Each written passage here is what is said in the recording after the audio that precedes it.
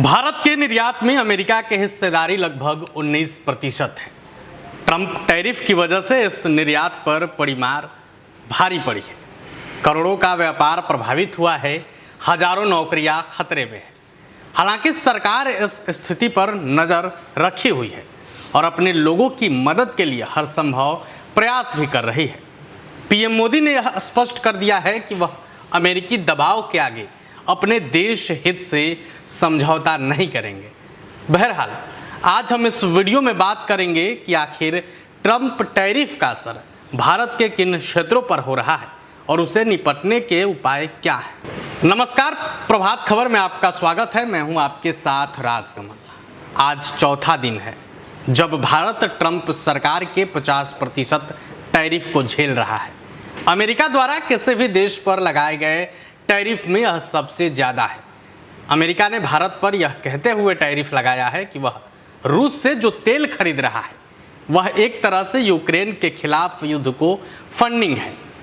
अमेरिकी टैरिफ की वजह से भारत के निर्यात पर असर पड़ा है और पूरा विश्व इस बात की चर्चा कर रहा है कि आखिर इस टैरिफ का परिणाम क्या होगा और भारत कैसे इस टैरिफ से अपनी अर्थव्यवस्था को बचा पाएगा। इसमें कोई दो राय नहीं है कि भारतीय माल जब अमेरिका में महंगा बिकेगा तो उसकी मांग घटेगी और जब मांग घटेगी तो भारत में उन उत्पादों की कंपनियों पर संकट आएगी। जब कंपनी घाटे में जाएगी तो वहाँ काम करने वाले लोगों की नौकरी पर भी खतरा मंडराएगा। लेकिन ध्यान देने वाली बात यह है कि ट्रंप प्रशासन द्वारा भारतीय वस्तुओं पर 50% टैरिफ लगाने के बाद वे ज़्यादा प्रभावित होंगे जो कम मार्जिन पर निर्यात करते हैं, जैसे कपड़ा, रत्न, आभूषण, झींगा, कालीन और फर्नीचर। ये सभी उत्पाद ऐसे हैं जिनके उत्पादन में मेहनत लगता है, यानी ये श्रम प्रधान वस्तुएं हैं। 50% टैरिफ के बाद ये श्रम प्रधान वस्तुएं अमेरिका में महंगी हो जाएगी, जिसकी वजह से ये सभी वस्तुएं अव्यवहारिक हो जाएंगी और भारत से इनका निर्यात बंद या काफ़ी कम हो सकता है। अब सवाल यह है कि आखिर किन राज्यों और क्षेत्रों में टैरिफ की मार सबसे ज़्यादा पड़ रही है। चलिए हम आपको इस वीडियो में समझाने का प्रयास करते हैं। दरअसल ट्रंप के टैरिफ की मार से देश के कई राज्यों पर असर पड़ा है।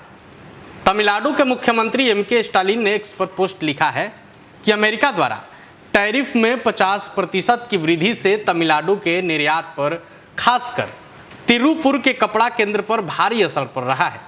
इससे लगभग 3000 करोड़ रुपए का व्यापार प्रभावित हुआ है और हजारों नौकरियां खतरे में पड़ गई है। उन्होंने केंद्र सरकार से तत्काल राहत और संरचनात्मक सुधारों की मांग की है।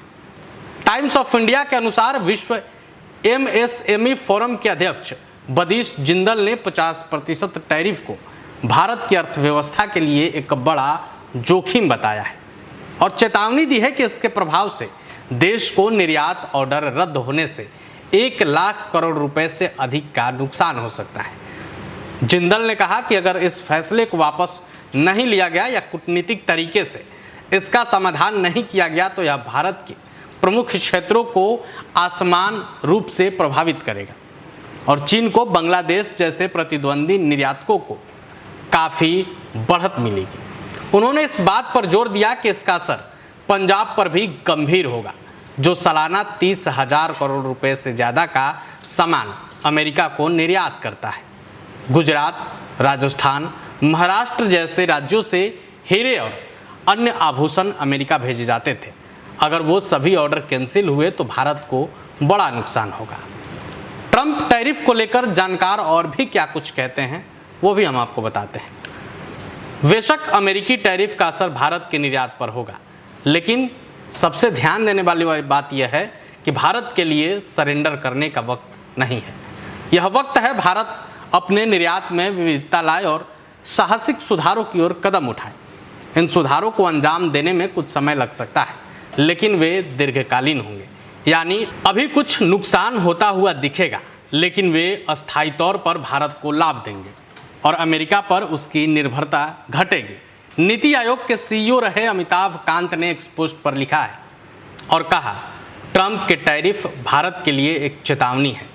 विडंबना यह है कि अमेरिका रूस और चीन के साथ सक्रिय रूप से बातचीत कर रहा है जबकि चीन रूसी तेल का सबसे बड़ा खरीदार है। फिर भी वह टैरिफ के जरिए भारत को निशाना बनाना चाहता है। आपको बता दें कि यह रूसी तेल का मामला नहीं है, यह भारत की ऊर्जा सुरक्षा और रणनीतिक स्वायत्तता का मामला है, जिससे हमें कभी समझौता नहीं करना चाहिए। भारत ने कई मौक़ों पर वैश्विक दबाव के आगे झुकने से इनकार किया है। इस समय भी हमें कुछ अलग नहीं करना चाहिए। हमें डरने की बजाय इन वैश्विक चुनौतियों से भारत को पीढ़ी दर पीढ़ी होने वाले साहसिक सुधारों के लिए प्रेरित होना चाहिए। साथ ही दीर्घकालीन विकास और लचीलेपन को सुरक्षित करने के लिए हमारे निर्यात बाजारों में विविधता लानी चाहिए। भारतीय हीरा संस्थान के अध्यक्ष दिनेश नवादियो ने ANI के साथ बातचीत में कहा कि रत्न और आभूषण क्षेत्र में 13.3 बिलियन डॉलर का आयात होता है, जिसमें अमेरिका को 4.8 बिलियन डॉलर का प्रत्यक्ष निर्यात होता है। भारत का हीरा उद्योग केवल श्रम प्रधान है, इसे कठिनाइयों का सामना करना पड़ सकता है। UK, UAE और ऑस्ट्रेलिया के साथ भारत के FTA हमें नए बाजार खोजने में मदद करेंगे। चीन और रूस ने कहा है कि वे भारत के लिए अपने बाजार खोलेंगे, जो हमारे लिए सकारात्मक साबित हो सकता है। यह रिपोर्ट आपके लिए प्रभात खबर से रजनीश आनंद द्वारा तैयार की गई है। इस वीडियो पर आपकी क्या राय है? आप अपनी राय कमेंट बॉक्स में रख सकते हैं। वीडियो देखने के लिए आपका धन्यवाद।